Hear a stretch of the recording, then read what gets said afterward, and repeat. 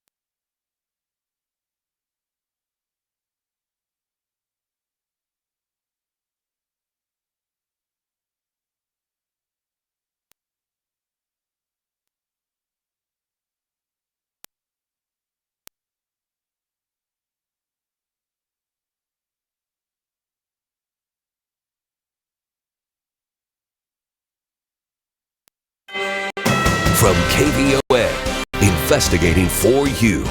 This is News 4 Tucson. The Winter Games are in full swing. Good evening, everybody, and thanks for joining us. I'm Sean Mooney. And I'm Amanda Gomez. Athletes from across the globe are hoping to win big, including some with connections to southern Arizona. News 4 Tucson's Angelique Lizardi and Eric Fink met with two families tonight cheering on their loved ones across the world in Beijing. Just moments ago, the Thielen family in Marana cheered on their Olympian as she competes in the women's snowboard cross competition. So let's kick off our team coverage with Angelique Lizardi. She joins us now live at the family watch party with all the details. Angelique. Well, definitely a very exciting night, Sean and Amanda. I am here still with the Thielen family. We've been stuck to the tube watching all the competitors, but of course, their one and only Faye Galini, who competed tonight. And good news is that she has moved on in this competition. So hip, hip, hooray, right, guys? Yes. They're all very excited. And of course, this is not Faye's first rodeo. She has been dedicating herself almost 20 years to this sport.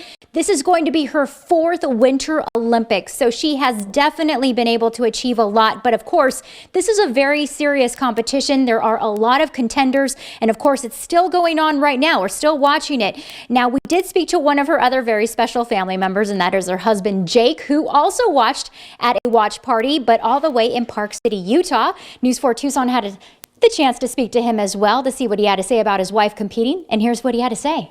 I'm just so proud of her. I've been proud of her. She's an amazing person. I think the coolest thing about Faye too is she's obviously a world-class snowboarder, but she's also like the most humble, kind, caring person ever. And so I just want her to have fun and stay safe and try to just relax, because it's snowboarding. She does it because she loves it, but I know she's feeling some pressure.